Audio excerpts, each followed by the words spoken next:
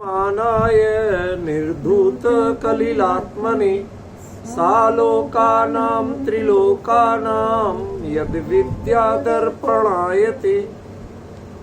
धर्मानुरागी भाइयों बहनों, हमने कल संस्कार पे चर्चा शुरू की थी। आज ऐसे पक्षों पे आपको जानकारी दूंगा कि आपको ये लगे कि वाकई में इसकी हमें जरूरत है।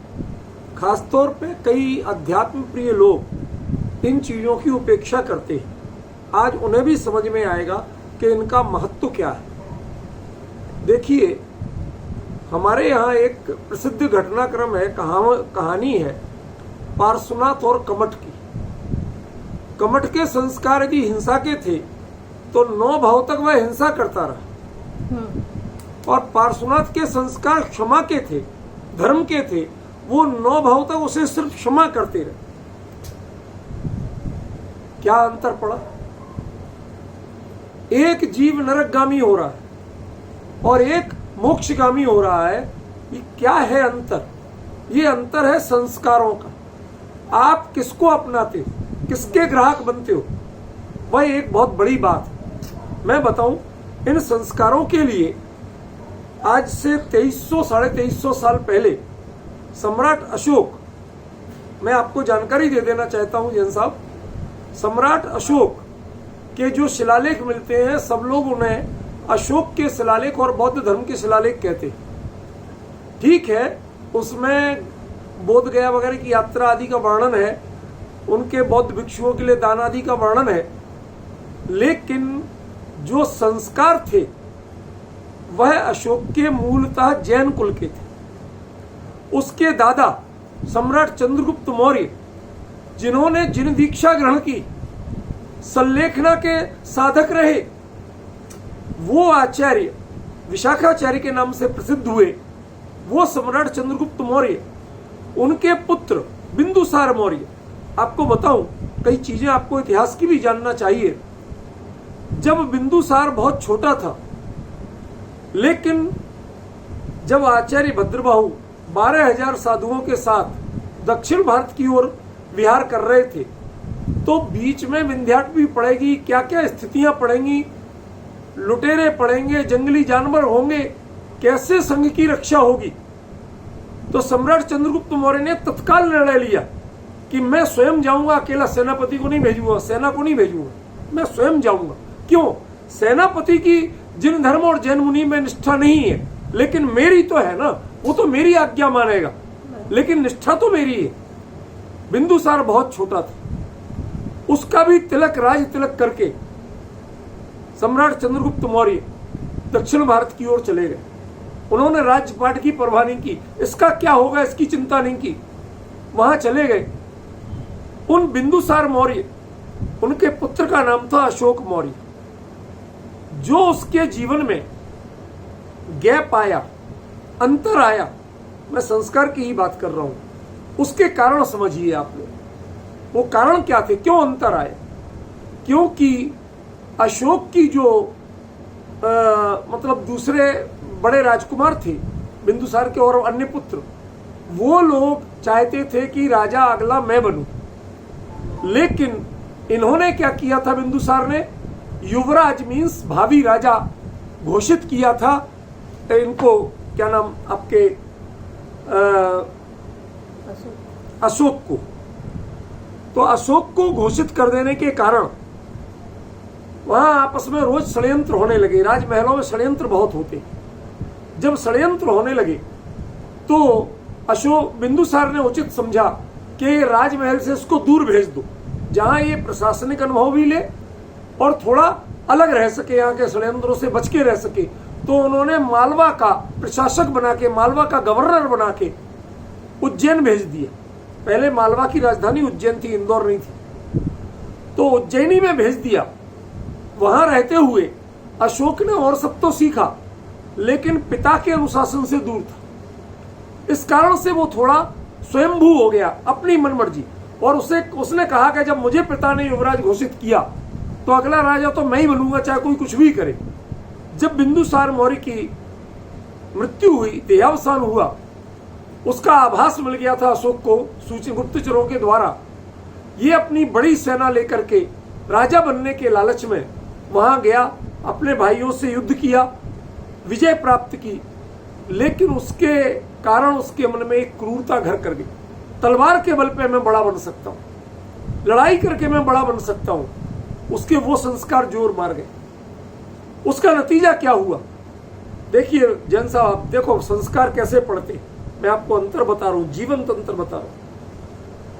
वह कल पूछा उसने अपने सलाहकारों से सलाह ली, क्या करना चाहिए हमें? तो उसके सलाहकारों ने कहा, जो स्थिति आज भारत और पाकिस्तान की है वही स्थिति मगध और कलिंग की थी। यदि कलिंग, जैसे भारत ने खेल में भी सही जितने चाहे देशों को हरा दे, लेकिन जब पाकिस्तान को हराता है तो वो सबसे ज्यादा मिठाइयां बंटती, ऐसे ही वहां एक टारगेट था कलिंग को जीतना। कलिंग बड़ा स्वाभिमानी प्रांत था और कभी भी वह इनके अधीन नहीं हुआ। तो वहां पर अशोक को इनके मंत्रियों ने सलाह दी कि साहब आप कलिंग जीतिए। अशोक के पहले किसी भी मौर्य वंश के सम्राट ने कलिंग पर चढ़ाई नहीं की थी। जैन साहब क्यों नहीं की थी आपको बताऊं? क्यों नहीं की थी? आपको थोड़ा सा हृदय भरेगा। कलिंग यह भगवान महावीर की मौसी का जगह घर था। भगवान महावीर की मौसी वह वहां की रानी थी और वहां के राजा वो जैन धर्म पालते थे। कलिंग वो प्रांत था जिसमें इस देश के इतिहास की, पुराण की बात नहीं कर रहा हूं, इतिहास की सबसे पहली जैन प्रतिमान का निर्माण हुआ था और उनको पूरे राज्य के गौरव के रूप में पूजा जाता था। इसलिए मौर्यवंशी राजाओं ने कभी कलिंग पर चढ़ाई नहीं की थी, क्योंकि वो एक जैन राज्य था। हम अपने साधर्मियों पर अत्याचार नहीं करेंगे, चढ़ाई नहीं करेंगे, उनसे युद्ध नहीं करेंगे। लेकिन अशोक को भर दिया तो अशोक ने युद्ध किया, जीता। कलिंग वालों ने अंत तक हार नहीं मानी, मरे, 1 लाख मारे गए, 4 लाख घायल हुए, उसके बावजूद कलिंग ने हार नहीं मानी। जब यह सबको मारते हुए रनिवास तक पहुंचा तो जितने लोग लड़ रहे थे वो भी लड़ लिए, मारे गए। अंत में एक 8 साल की बच्ची निकल के आती है रनिवास के भीतर से और वह बड़े ही आत्मसम्मान पूर्वक दृढ़ता से कहती है, आओ हे मगध के राजा, आओ इन लाशों के ऊपर बैठ कर अपना राज्याभिषेक करो। कलिंग में कोई आपके सामने सिर झुकाने वाला नहीं। कलिंग वासियों का सिर झुकता है तो वीतरागी जिनेंद्र देव के सामने झुकता है, अन्य किसी के सामने सिर नहीं झुकता। अब भावना सोचिए, हम बात संस्कारों की कर रहे हैं, संस्कार देखिए क्या थे। अशोक का हृदय वहां से बदला, मैं युद्ध से नहीं जीत सकता हूं, मुझे धर्म से विजय प्राप्त करना होगा। उस समय उसने कई जैन संघों में जाने की कोशिश की प्रायश्चित के लिए, लेकिन जैनाचार्यों ने इसी बात को लेकर मिलने से मना कर दिया कि तुमने एक जैन राज्य, जहां विश्व की सबसे प्राचीन ऐतिहासिक जैन प्रतिमा बनी, जहां पर वो पूरे साम्राज्य के गौरव का प्रतीक रही, जहां का हर नागरिक सबसे पहले उनके दर्शन करके अपना आशीर्वाद लेके आगे बढ़ना चाहता था, वहां पर तुमने चढ़ाई की, जैनों की हत्या की, हम तुम्हें क्षमा नहीं करें। नतीजा, कहीं तो जाना था। बौद्ध भिक्षु जल्दी से आ गए दरबार में और उन्होंने कहा, महाराज हम तुम्हें ज्वाइन करने को तैयार, हम तुम्हें अपने साथ लेने को तैयार है। राजा के भी एक स्वाभिमान होता है, कहीं दूसरे शब्दों में कहें तो हट होती है। वह राजा अपने उसके कारण, दिखावे के लिए उसने ज्वाइन कर लिया बौद्ध धर्म। लेकिन आपको पता है, मैं अशोक के शिलालेख पढ़ाता हूं यूनिवर्सिटी में। जैन साहब, होता क्या है, अशोक ने साल में उतने दिन अपने राज्य में हर तरह का पशुवध निषेध किया था, हिंसा का निषेध किया था। वो दिन कौन से थे? 3 अष्टानिका, 3 पर्युषण और प्रत्येक अष्टमी, चतुर्दशी और पंचमी। ये दिन थे जब अशोक के साम्राज्य में जीव हिंसा का निषेध था। बताइए किस धर्म का अनुयायी हुआ? ये संस्कार किसके थे? अष्टानिका किसके यहाँ मनाई जाती? पूरे बौद्ध धर्म का मैंने अनुशीलन किया। उनके यहाँ अष्टानिका, 10 लक्षण, अष्टमी, चतुर्दशी, पंचमी, ये तिथियां ही पूज्य नहीं। उसके रनिवास में, उसके राजमहल में जो रानियां थी वो अधिकांश जैन थी, उनके संस्कार जैन थे, उसकी मां जैन थी, इसलिए उसने हमेशा संस्कार पाए थे जैनत्व के। वो राजहट में भले ही बौद्ध बन गया हो, लेकिन उसका चौका, उसकी रसोई वो जैन की रसोई थी। समझ रहे ना? उसने जब लिखा, अपनी शिलालेख लिखवाए, तो उसका पहला आदेश था कि सभी लोग धर्म का पालन करें। कियंचु धम्मे थी। धर्म क्या है? दया, दाने, तपे, सोचे, दया करना, जीवों पर दया करना, लोगों को दान देना, पात्र को दान देना, सचे, सत्य बोलना, शौचे, मन में पवित्रता रखना, मन में विकार नहीं रखना, ये उसने अपने वहां प्रमाणित किए। मजे की बात ये है कि ये जो बातें हैं, यूं तो ये सभी धर्मों में मिल जाती हैं, पर ये 4 बातें जैन धर्म में जैसी ज्यों की त्यों है, वैसी बौद्ध धर्म में नहीं मिलती। कहने को वो उनका अनुयायी था। उसने अपने शिलालेखों में संलेखना का प्रावधान किया। आप विश्वास नहीं करेंगे, संलेखना का प्रावधान किया। इवन आम लोग तो करें ही, लेकिन जिन ऐसे अपराधी जिनको न्यायाधीश ने मृत्युदंड दिया हो, उनके लिए भी अनिवार्य रूप से संलेखना की व्यवस्था राजा की ओर से की गई। दिल्ली में पुराने किले में चिड़ियाघर के सामने जो है, वहां उसका स्तंभ लगा हुआ है शिलालेख। उसमें 6वें पैराग्राफ में लिखा हुआ है, वो लिखता है कि जिनके लिए पतवधानम, जिनको प्राणदंड मिला है, ऐसे जीवों के लिए भी, ऐसे मनुष्यों के लिए भी, ऐसे अपराधियों के लिए भी मैं 3 दिवसानी योते दिन ने 3 दिन की मोहलत देता हूं। माने जज ने, न्यायाधीश ने जिस दिन उसको मृत्युदंड तय किया, उसको सजा नहीं बदलता था, न्याय प्रक्रिया में हस्तक्षेप नहीं करता था, लेकिन 3 दिन की मोहलत देता। क्यों? किंति, जिससे कि वो लोग दानम दाहंती, राजकोष से पैसा दिया जाए, तुम्हें जहां दान देना है दान दो। पालतिकम उपवासम कछंती, परलोक सुधारने के लिए तुमने जीवन भर भोग भोगे, पता नहीं क्या क्या किया, अब तुम उपवास करो, दान दो, अपनी आत्मा को पवित्र बनाओ, और इस प्रकार संयम पूर्वक ये देह छोड़ो। ये संलेखना का जो प्रावधान जैनों का है, अशोक ने अपने राज्य के हर नागरिक, यहां तक कि बड़े से बड़े अपराधी के लिए भी प्रावधान किया। क्यों? क्योंकि आज जो संस्कार लेके जाओगे, अगला जीवन तुम्हारा वैसे ही होने वाला है। ये संस्कारों की महिमा है। वह समाज में अनेक प्रकार की जो ऊंची नीच चलती है, उसका विरोधी था। वो लिखता है, जने ऊंचा वचम मंगलम करोत। लोग दुनिया भर के वो मंगल शब्द का अर्थ टोटका लेता, टोट के करते हैं। आवाह विवाहेषु, किसी को थोड़ी सी बाधा आ गई, उसी में जरा सी परेशानी आ गई, शीतला माता पूज लो, फला पूज लो, यह घृत मिथ्यात्व की बात है? बिल्कुल नहीं। फिर कहते हैं विवाहेषु, विवाह में इधर से लकड़ी निकालो, उधर से फला चीज निकालो, उधर ये डालो। ये क्या रखा है इनमें? कितना मिथ्यात्व पालते हैं, उसने सब दूर करवाया।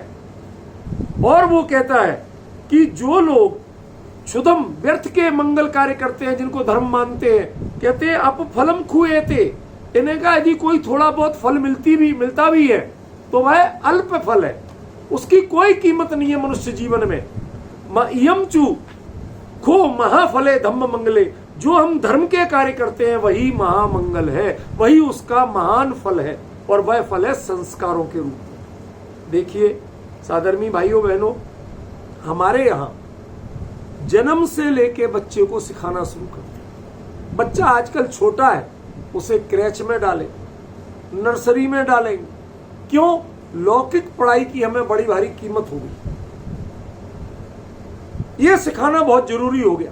बच्चा पढ़ के डॉक्टर बने, इंजीनियर बने, बड़ा बड़ा अफसर बने, सबकी कीमत है, पर हमारे यहाँ इसके कोई संस्कार नहीं थे, इसकी कीमत नहीं थी। हमारे यहाँ बच्चा मां के गर्भ में आए उसके पहले से संस्कार करना शुरू होते थे। याद होगा आपको, तीर्थंकर का बालक जीव जब मां के गर्भ में आता है, उसके 6 महीने पहले से राज्य का संस्कार किया जाता था, प्रजाजनों का संस्कार किया जाता था। कैसे बताऊं आपको भाई साहब, मैं अभिभूत हो जाता हूं ऐसी बातों को स्मरण करके। 3 लोक के नाथ, इसी भाव से मोक्ष जाने वाले और सबको मोक्ष मार्ग बताने वाले, जब वो अवतरित होने वाले हैं और लोगों के परिणाम लड़ाई झगड़े के, विषय भोग के, लालच के बने रहेंगे, तो ये ऐसे लोगों में 3 लोक के नाथ आके क्या करें? किसे सुधारेंगे, किसे समझाएंगे? परिणामों की जाति बदलना चाहिए। 6 महीने पहले से संस्कार होते हैं जैन साहब। क्या होते हैं गौर करिए। 6 महीने पहले, मैंने लिखा है इस पर काफी, 6 महीने पहले से देव रत्नों की वर्षा करते, इसलिए नहीं कि उस राज्य की गरीबी दूर हो जाए। गहरी बात बता रहा हूं जैन साहब, जरा थोड़ा सा ध्यान दे लीजिए। क्या इसलिए नहीं करते कि उस लोगों की गरीबी दूर हो जाए? ज्यादातर हमारे विद्वान यही बताते, ये नहीं है। आप पढ़िए हमारे पुराण, आदि पुराण आचार्य जिनसे लिखते हैं, जब वो रत्नों की वर्षा हुई तो जो राजमहल में झाड़ू लगाने वाली थी, उसको एक रत्न उठाने का भाव नहीं आया। उसने सारे रत्न झाड़ के इकट्ठी ढेरी करके दरवाजे के बाहर लगा दिए। उससे पूछा किसी ने, अरे ले जा अपने घर, तेरे काम आएंगे। तो उसने पता क्या उत्तर दिया? उसने कहा, ये रत्न लेंगे, इनसे एक जीवन भी चल जाए तो बड़ी बात है, मुश्किल है, लेकिन जो आने वाले हैं वो हमारे जन्म जन्म का दुख दूर कर देंगे, हमारा संसार परिभ्रमण मिटा देंगे। हम इनकी चिंता करें या उनकी चिंता करें? मैं तो आतुर हूं कब 3 लोक के नाथ पधारे। देखो, जीवों ने संसार का लोभ त्याग दिया। आज आपको कीमती रत्न की बात मिले तो लोगों का दिमाग घूम जाता है। कोई कोहिनूर हीरा का नाम ले ले तो दिमाग घूम जाता है, समझ रहे ना?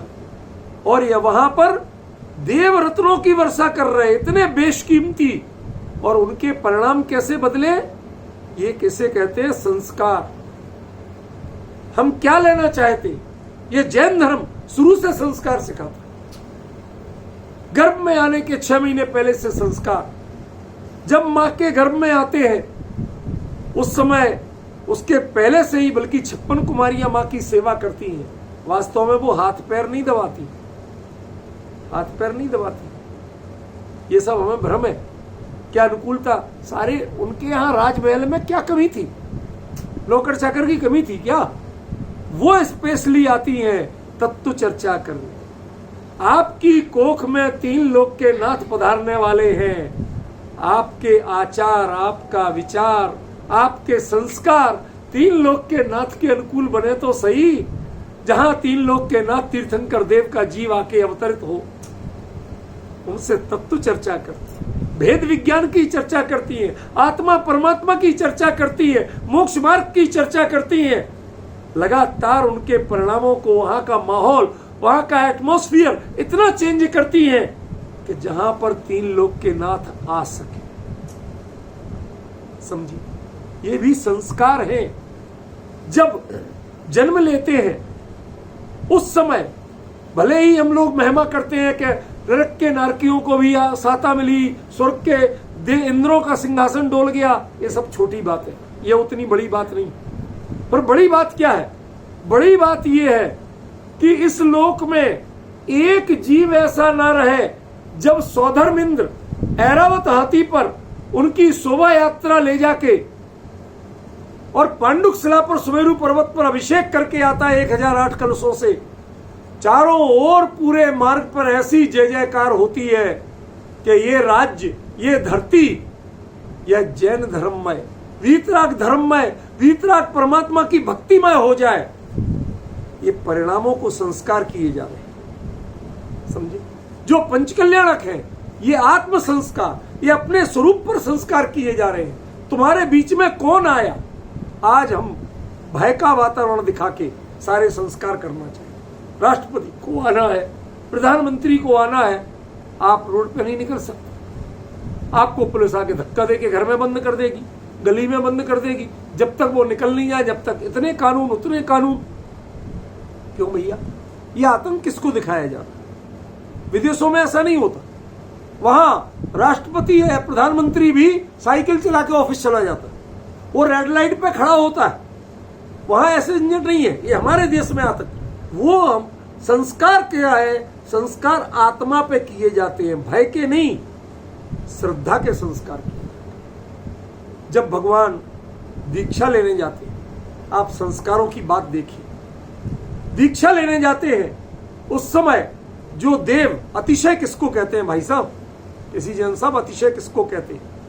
ये अतिशय नहीं है कि लोकांतिक देव आते हैं, ये अतिशय की बात नहीं है। अतिशय की बात ये है जो आपको आज दिखाया था ना उस बुक में, वो सारा मैटर वही था, उस पेज पर मैं पढ़ ही रहा था। अतिशय की बात क्या है कि जिन देवों को संयम कभी हो नहीं सकता, तीन काल में संभव है देवगति में संयम नहीं, संयम संभव नहीं है, वो संयम की अनुमोदना करने आते। वो मनुष्यों से मनुष्य भाव की याचना करते हैं कि थोड़ी देर के लिए मनुष्य भाव दे दो और मेरा इंद्र पद ले लो। क्यों? भगवान की पालकी दीक्षा के लिए भगवान जा रहे हैं, वैराग्य के लिए जा रहे हैं, संयम की साधना के लिए जा रहे हैं। उनकी पालकी हमें उठाने का मौका मिल जाए, क्योंकि महाराज ने निर्णय दे दिया कि पहली बार पालकी वही उठाएगा जो भगवान के मार्ग पे चल सके, जो संयम के मार्ग पे चल सके, जो वैराग्य के मार्ग पे चल सके। कितना बड़ा अंतर पड़ा।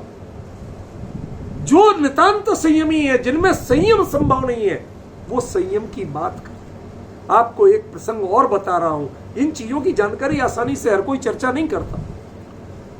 मानस स्तंभ अकेले जो आपके मंदिर में या समोश्रण में बनता है वही नहीं, उसी का नाम नहीं है। असल में जो मानस स्तंभ का कॉन्सेप्ट है वो है इंद्र की, सौधर्म इंद्र की राजसभा में एक विशाल स्तंभ खड़ा होता है, उसको मानस स्तंभ बोलते हैं। ये आपको पक्के प्रमाण से बात कर रहा हूं, ध्यान दीजिए। क्या उसको मानस स्तंभ बोलते हैं? उसमें क्या होता है? उसमें ऊपर भगवान नहीं होते, कोई तीर्थंकर विराजमान नहीं होते। क्या? कोई तीर्थंकर विराजमान नहीं होते। फिर होता क्या है? होता यह है कि उसमें एक बहुत भव्य मानस्तंभ, जो विशाल स्तंभ लगा, उस पर ऊपर से रत्नमयी साकलें और उनमें रत्नमयी पेटी वह लटक रही होती। उसका फल वहां होता क्या है? भगवान जब दीक्षा लेते हैं तो दीक्षा लेने के समय जो आभूषण उतरते हैं, जो केसलौंच करते हैं, आखिरी वस्त्र उतरते हैं, वो इंद्र मांग के लेके जाता है और उन रत्नमयी मंजूषकाओं में लोगों को दिखे ऐसा रखता है, प्रति समय नजर रखता है कि क्यों भैया अगले भाव से मोक्ष जाना है, इस संसार में रुलना नहीं है, ये इंद्रादि पद में नहीं चाहता, मैं तो ये संयम की भावना चाहता हूं। वो उसके लिए गर्व की बात, वो संयम, वो दीक्षा के वस्त्र, वो नोचे हुए बाल, वो उसके लिए मान का विषय है, गर्व का विषय है, गौरव का विषय है। वो उसको लटका के रखता है, उसको देखता है। और हर इंद्र के राजसभा में मानस्तंभ पे यही चीज होती है। हम इन चीजों को प्राय नहीं जानते। ये संस्कार है, किस चीज को देखना, क्या करना। आज हमारे यहाँ संस्कार उल्टे होने लगे, हम सीख नहीं रहे। पहले भोजन फिर स्नान, सबके पीछे श्री भगवान। उठ के पहले तो चाय नाश्ता चाहिए, फिर उसके बाद जब प्रेशर बनेगा, जब नहाने का नंबर, बाद में गए तो गए भगवान के पास, नहीं गए तो नहीं गए। जबकि हमारी परिपाटी थी, बच्चों को संस्कार दिया जाता था कि उठ के सबसे पहले कहा जाना कि स्नान करके मंदिर जाओ, 3 लोक के नाथ के दर्शन करो, तुम्हारा दिन मंगलमय होगा, क्योंकि उनसे मंगलमय कोई नहीं है। चत्तारी मंगलम अरहंता मंगलम, सबसे पहले मंगल कौन है? अरहंत भगवान मंगल। जिन मुद्रा मंगल है उसके दर्शन करो। हमारे यहाँ जन्म के लिए कई बातें सिखाई जाती। आज मैं आपको ऐसे प्रसंग बता रहा हूं कि जब जन्म होता है तो जन्म के समय क्या किया जाता है। एक हम लोग तो आजकल केक काटना और पता नहीं क्या क्या करने लगे। मैं आपको वो क्रियाएं बता रहा हूं जो तीर्थंकरों के काल में होती थी। उसके लिए कुछ मंत्र बोले जाते थे। जन्म के समय उसको देव दर्शन करा के, उसके कान में अणमोकार मंत्र पढ़ के, और उसको कहा जाता था निर्ग्रंथ दीक्षा भाग भावी भव, तुम निर्ग्रंथ दीक्षा स्वीकार करना, जिनागम पारगामी भव, तुम जिनागम के पारगामी होना। देखिए भाई साहब, आशीर्वाद क्या दिए जा रहे हैं। आज हम कहते हैं दूधो नहाओ पूतो फलो, संसार बढ़ाने की बात करते हैं, और वो संसार घटाने की बात करते हैं। कितना बड़ा अंतर है इसके पीछे, हम लोग इसको समझ ही नहीं पाए। हमें आभास तक नहीं है कि हम कितनी बड़ी गलतियां कर रहे हैं। हम काटने की बात करते हैं। हमारी संस्कृति यदि करती भी थी तो वो लड्डू देने की बात करती थी। लड्डू जोड़ के बनता है और केक कटने के लिए बनता है। संस्कार खत्म हो रहे हैं। हम साधे परिवार जुड़ता नहीं, साधर्मी जुड़ते नहीं, सब एक दूसरे से झगड़ा करने को, कषाय करने को तैयार हैं। ये संस्कार हमें कहां ले जाएंगे? नरक में ले जाएंगे भाई साहब। आपको यदि सही रास्ते पे आना है तो आपको अपने संस्कार बदलना हो। जन्म के संस्कार जानो, जन्म के बाद शिक्षा के संस्कार जानो। जिस समय पहला अक्षर लिखवाते थे, क्या था आपके यहां? क्या आप जानते हैं भाई साहब, किसी जन साहब? पहला वाक्य होता था ओम नमः सिद्धम। शिक्षा के दिन पहला वाक्य सिद्ध परमेष्ठी को स्मरण करो, ओम नमः सिद्धम। और यही बिगड़ के हो गया ओनामासी धम, बाप पड़े ना हम।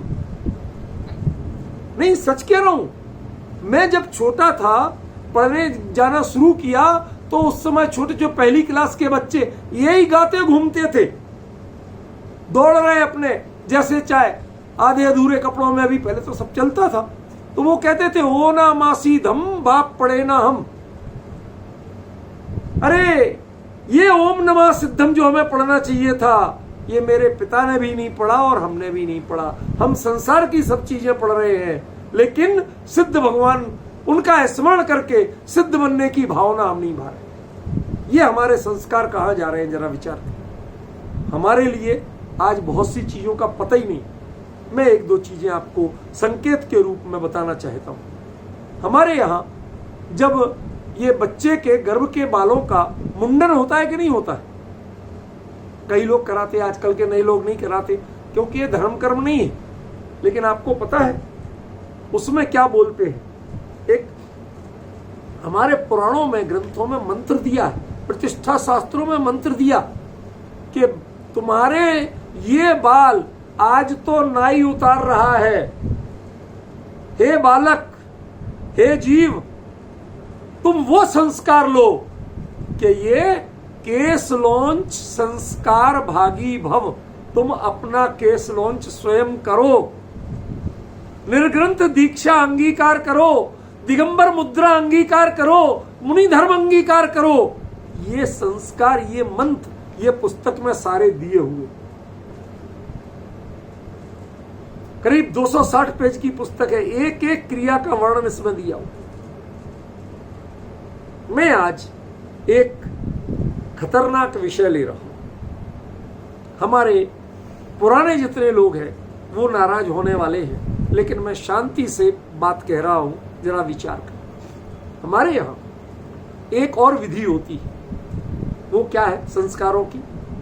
खास तौर पर माताओं बहनों के जो मासिक आदि का प्रसंग होता है, उसमें जिन मंदिर नहीं जाना, उसमें चौके में नहीं जाना, भोजन नहीं बनाना, किसी को दुनिया भर की बात है। मैं सबका सहमत हूं। क्यों? क्योंकि जब उनका शरीर सक्रिय होता है तो वो स्राव नॉर्मल नहीं होता है, वो रुकता है। और लेडीज प्रॉब्लम, जो गायनिक प्रॉब्लम जितनी होती हैं, उनका एकमात्र कारण कि मासिक स्राव जिसका सहज नहीं होता है, उसको सारी बीमारियां होती हैं। तो ये नियम क्यों बनाए गए थे? तुम मूव ही नहीं करना, अपने कमरे में बैठे रहना, कुछ नहीं करना, ताकि वो सहजता से हो जाए। उसका नतीजा क्या होगा? जल्दी से जल्दी निपट जाए और आप धर्म लाभ ले सके। अब इसमें लोगों ने नए नियम बना दिए। साहब जिनवाणी भी नहीं सुन सकते। अरे भाई, तुम्हें छूना नहीं है, तुम्हें कुछ करना नहीं है। लेकिन यदि कहीं हमें आजकल इतने यंत्र आ गए, साधन आ गए, जिनवाणी सुनने को मिलती हो तो क्या ऐतराज है? ये जिनवाणी कान में पड़े, हम तो कहते हैं अपवित्र पवित्रो व सुस्थितो दुस्थितो भी व, जैसे भी हो, या स्मृत परमात्मा नमसा बाह्याभ्यंतरे शुचि, स्मरण करने पे बंधन क्यों लगाए आपने? उनको सुनने पे बंधन क्यों लगाए? आप छूने नहीं दीजिए, बिल्कुल हिलने नहीं दीजिए, अपनी जगह बैठे रहो, वहीं बैठे बैठे जो मिल जाए वो सात्विक खा लेना। इन सब चीजों का मैं समर्थन करता हूं, लेकिन किसी जीव को आत्महित की बात सुनने से वंचित करो, नमोकार मंत्र सुनने से वंचित करो, इसका समर्थन मैं नहीं करता। हमें सीखना पड़ेगा, हम उसको संस्कार से वंचित नहीं करें, उसको धर्म से दूर नहीं करें, हमें तो धर्म से जोड़ना है। हमारे लोग कहते हैं मत ठुकराओ, गले लगाओ, धर्म सिखाओ। धर्म हमें सिखाना है कि धर्म छुड़ाना है? कोई भी स्थिति हो। हमारे यहां जब जीवनधर स्वामी ने कुत्ते को नमोकार मंत्र सुनाया तो उसको शर्त नहीं लगाई थी कि तू पहले किसी को काटना छोड़, प्रतिज्ञा कर, तब सुनाऊंगा। जब पार्श्वनाथ ने नाग नागिन को सुनाया तो उसके साथ शर्त नहीं लगाई थी कि तुम पहले जहर का त्याग करो तब हम तुम्हें नमोकार मंत्र सुनाएंगे। जी नहीं, तीर्थंकर की धर्म सभा में जब धर्मोपदेश होता है तो सारे पशु भी बैठते हैं, भवनवासी भी बैठते हैं। भवनवासी माने जो दूसरों को लड़ाने का काम करते हैं, सब बैठते हैं, लेकिन किसी के साथ कोई शर्त नहीं होती है, सबको समान भाव से धर्म सुनाया जाता है। यह जैन धर्म की महिमा है। श्रेणिक ने जब मुनिराज के गले में मरा हुआ सांप डाला द्वेष के कारण, क्योंकि उनकी रानी चेल्ला ने उनके गुरुओं का अपमान किया था, तो नतीजा क्या हुआ? श्रेणिक ने गर्व से आके बताया कि तुमने हमारे गुरुओं का अपमान किया था, मैंने आज बदला ले लिया। चेल्ला घबरा गई, पूछा क्या किया आपने, बताओ तो सही।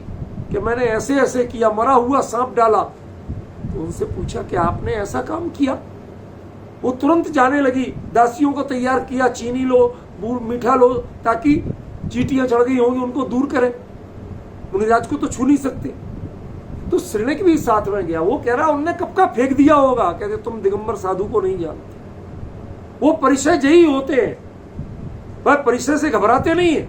वहां पहुंचे तो हजारों चींटियां शरीर पर चढ़ी हुई लाल चींटियां काट रही। चेल्ला ने चारों ओर मीठे दाने बिखेरे, धीरे धीरे चींटियां उतरी। तब एक लकड़ी की नोक से वो मरा हुआ सांप हटाया। मुनिराज ने आंख खोली। आंख खोलने के बाद जैन साहब वो बोलते हैं उवियो धर्म वृद्धि रस्तु, तुम दोनों की धर्म वृद्धि हो। भेद नहीं किया कि चेल्ला ने उपसर्ग किया और चेल्ला ने उपसर्ग निवारण किया और श्रेणी ने उपसर्ग किया, दोनों में भेद नहीं किया, समता भाव रखा। ये जैन धर्म, ये जैन धर्म के संस्कार है, ये हमें सीखना पड़ेगा। और यदि हम ये नहीं सीखते हैं, इसका मतलब है कि संस्कारों का आदर करना हमें अभी नहीं आया। जैन धर्म क्या है इसको हमने सीखा ही नहीं। हम किसी में भेदभाव नहीं करें, समता भाव रखें और सभी के लिए एक अच्छी दृष्टि से देखें। हाँ, हमें सावधानी रखना है। जैसे हम अपने गले में नकली नोट आने से बचाते हैं, ऐसे ही अपने विचारों में गृहीत मिथ्यात्व के संस्कार आने से बचाते। हमारे यहाँ भगवान के सामने भिखारी बन के नहीं जाया जाता। हमारे यहाँ परंपरा है, संस्कार है, वंदे तद्गुण लब्धे। हम भगवान आपके गुणों की प्राप्ति, आप जैसे गुणों को अपने हृदय में प्रकट करने के लिए आपके पास आए हैं। हम आपसे सोना चांदी मांगने नहीं आए, हम आपसे बेटा बेटी मांगने नहीं आए, हम आपसे मुकदमा जितवाने नहीं आए। कुछ नहीं चाहिए हमें, वंदे तद्गुण लब्धे। मैं आप जैसे गुणों की प्राप्ति के लिए आपके पास आया हूं। आपको देखूंगा, आपके स्वरूप का विचार करूंगा, आपकी प्रशांत मुद्रा देखूंगा और अपने आप में उतरने का प्रयास करूंगा, इसलिए आया हूं। ये विधि है, ये संस्कारों का तरीका है। अन्य मतियों में अन्य दूसरे लोगों के सामने चरणों में झुकाना सिखाते हैं। यह कहते हैं चरणों में कम झुको, आचरण में ज्यादा झुको। चरणों में झुकने से कितना सीखोगे, आचरण यदि जीवन में उतार लिया तो आपका जीवन मंगलमय हो जाएगा, जन्म मरण का नाश हो जाएगा। यदि अगला भाव भी होगा तो वह मंगलमय होगा। ऐसे ये संस्कारों का महत्व है हमारे जीवन। हम इनको समझें, पहचानें और अपने जीवन में उतारें, ये हमारे लिए बहुत जरूरी है। मैं आपको दो एक चीजें और महत्वपूर्ण बताना चाहता हूं। वो है जब हम दाम्पत्य संस्कार करते थे, हम कहें कि साहब धर्म में तो साहब ब्रह्मचारी रहिए, बहुत अच्छा है, रहिए, हमें कोई ऐतराज नहीं, रहिए ना ब्रह्मचारी। लेकिन ब्रह्मचर्य कहते किसको है? स्त्री संबंधी विषय कसाय या प्रयोग के त्याग का नाम ब्रह्मचर्य नहीं। ब्रह्मचर्य, कोई व्यक्ति ब्रह्मचारी कब कहलाता है? जब वह 7वीं ब्रह्मचर्य प्रतिमा का धारी होता है, उसके पहले वो ब्रह्मचारी कहलाने लायक नहीं। जो उसमें ब्रह्मचर्य अणुव्रत है, उसमें भी ये ब्रह्मचर्य नहीं होता है। उसका दूसरा नाम है स्वादार संतोष व्रत। अपनी पत्नी तक संतुष्ट रहना, उसके आगे दिमाग नहीं घुमाना। समझ गए ना? तो 7वीं प्रतिमा के योग्य आप बने। दर्शन प्रतिमा का पता है, सम्यक दर्शन धारण किया, 4थे गुण स्थान से 5वें गुण स्थान में गए, आत्मानुभूति हुई, कुछ पता नहीं, सीधे खाली एक काम नहीं किया और अपने आप को ब्रह्मचारी मान रहे। कहते भैया ये आपके लिए कल्याण का मार्ग नहीं है। तो क्या है? कहते सबसे बड़ा कल्याण का मार्ग है गृहस्थाश्रम भी धर्म है। 2 प्रकार का धर्म है, सभी ग्रंथों में लिखा, दुव्यो धम्मो, 2 प्रकार का धर्म है, गिहि धम्मो, अणगार धम्मो। एक गृहस्थ धर्म और एक अनगार धर्म, मुनि धर्म। हमें इसकी महिमा जानना पड़ेगा, इसकी गहराई पहचानना पड़ेगी। क्या है? गृहस्थी में रहना, घर में रहना, इसके बाद भी धर्मात्मा। आप याद कीजिए चक्रवर्ती भरत का वह प्रसंग। एक उनकी भरत जी घर में ही वैरागी ये चर्चा जब चलती थी, तो उस समय किसी ने, देव ने परीक्षा लेने के लिए भाव किया और वो आया वहां। नतीजा क्या हुआ? जैन साहब पूछता कि साहब आप तो 96,000 रानियों के बीच में रहते हो, 6 खंड की विभूति है, 9 निधि 14 रत्न है, आप कैसे वैरागी? तो भरत ने एक ही छोटी सी बात कही कि भैया एक काम करो, हमारा राजमहल रनिवास घूम आओ, 96,000 रानियों में कौन सी सबसे सुंदर है ये बता देना। मैं आज तक निर्णय नहीं कर पाया, मेरा एक छोटा सा काम करो। और हाथ में तेल का कटोरा दे दिया भर के, और 2 सैनिक नंगी तलवार लेके खड़े कर दिए साथ में कि यदि ये तेल का एक बूंद भी गिरे तो इनका सिर काट दो। अब वो घूम के आता है, और घूमने के बाद जब वो उनके पास लौट के आया तो पसीने पसीने परेशान। कहते क्या हुआ? बताइए महाराज, कौन सी रानी सुंदर है? कहते भाड़ में गई तुम्हारी रानी और रनिवास। किसने देखी? यहां तो जानकी पड़ी थी। कहते यही तो मेरा संयम है, इनके बीच में रहते हुए भी मैं अपने स्वरूप को नहीं भूलता हूं, मैं वीतराग धर्म को नहीं भूलता हूं। आप स्मरण करिए जब उसके कोषागार में, खजाने में चक्ररत्न पैदा हुआ, जो खजांची था, कोषाध्यक्ष, उसने आके सूचना दी, महाराज बधाई हो, आपके कोषागार में चक्ररत्न उत्पन्न हुआ है। उसी समय एक दूसरा दूत आता, वो कहता महाराज बधाई हो, प्रभु नेमिनाथ को केवल ज्ञान हुआ, आदिनाथ भगवान को केवल ज्ञान हुआ। आप कल्पना कर सकते क्या किया होगा भरत ने? नियम होता है चक्रवर्ती का, पहले जाके चक्ररत्न की पूजा करना, स्वागत करना, एक तरह से वेलकम करना। क्यों? क्योंकि एक एक रत्न की 1000 देव पूजा को सेवा करते। तो वो चक्ररत्न जब पैदा हुआ तो उसे उसके पुण्य उदय की मजबूरी को या जो भी जाना तो पड़ा राजकोष में, लेकिन वहां जाके वह चक्ररत्न की पूजा नहीं करता, वह उसे दुत्कारता है, तू चला जा। क्यों? तेरे को अपनाने का मतलब है 60,000 साल तक मुझे प्रभु आदिनाथ की दिव्य देशना से दूर रहना। मैं एक दिन के लिए भी दूर नहीं होना चाहता, मैं उनकी दिव्य धुनी से अपना आत्म हित करना चाहता हूं, इसलिए तू चला जा। क्यों भाई साहब? आज किसी को यदि 6 खंड की विभूति दिलाने वाला चक्ररत्न मिलता हो और एक मुनिराज की दिव्य देशना सुनने को मिलती हो, तो दोनों में से क्या करोगे, कहां जाओगे? कितना बड़ा अंतर। संस्कार सीखना है तो इन लोगों से सीखिए, गुणों का आदर करना है तो इन लोगों से सीखिए, जीवन को मंगलमय बनाना है तो इन लोगों से सीखिए। ये सब चीजें पढ़िए, जानिए, तो पता चलेगा आपको कि संस्कार कहते किसको। जो आपको धर्म से, जो आपको विनय से, जो आपको भक्ति से, जो आपको सदाचार से दूर करे, उसका नाम संस्कार नहीं। जो आपको हिंसा सिखाए, जो द्वेष सिखाए, जो अनाचार सिखाए, वो 3 काल में संस्कार नहीं हो सकता। संस्कार हमेशा भक्ति सिखाएगा, विनय सिखाएगा, सदाचार सिखाएगा, उसी का नाम संस्कार। देखिए, मैं एक बात और बताता हूं, अभी है 2-3 मिनट मेरे पास, 2-3 मिनट में ही अपनी बात पूरी करूंगा, क्योंकि विलंब करना मेरा संस्कार नहीं है।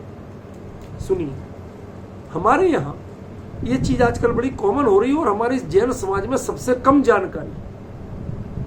लोगों का देह वियोग तो होता है, लेकिन सच बताओ कितने लोग जानते हैं कि देह वियोग होने पर, किसी का देहावसान होने के बाद क्या करना?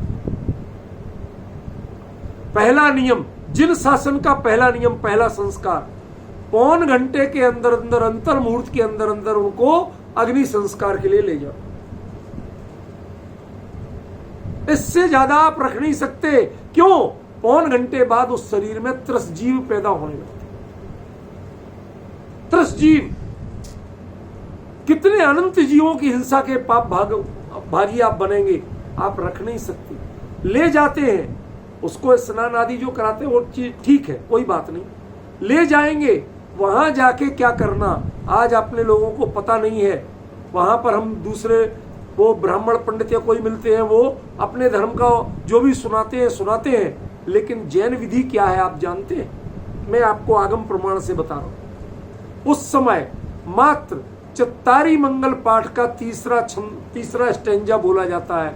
चत्तारी शरणम पवज्जामि, अरिहंते शरणम पवज्जामि, सिद्धे शरणम पवज्जामि, साहू शरणम पवज्जामि, केवली प्रणतम धम्मम शरणम पवज्जामि। इतना बोल के अग्नि संस्कार किया। ये शास्त्र विधि है, लेकिन आज हमारे यहां लोग नहीं जानते, अन्य लोगों से कुछ भी कराते। हमें पता नहीं, अपना विवेक नहीं, समझे? हमें विचार करना हो, सीखना हो, और उसके बाद जब एक दिन बाद अस्थि चयन के लिए जाते हैं, फूल चुनना जिसे कहते हैं, कितने लोगों को पता है कि क्या किया जाए? वैदिकों की परंपरा है कि गंगा में प्रवाहित करो, इधर करो, उधर करो। जैन धर्म कहता है कि यदि नदी के जल में आपने अस्थियां और राख डाली तो जल प्रदूषित होगा, कितने ही जीव मरेंगे, उनके दोषी कौन होंगे? आप होंगे।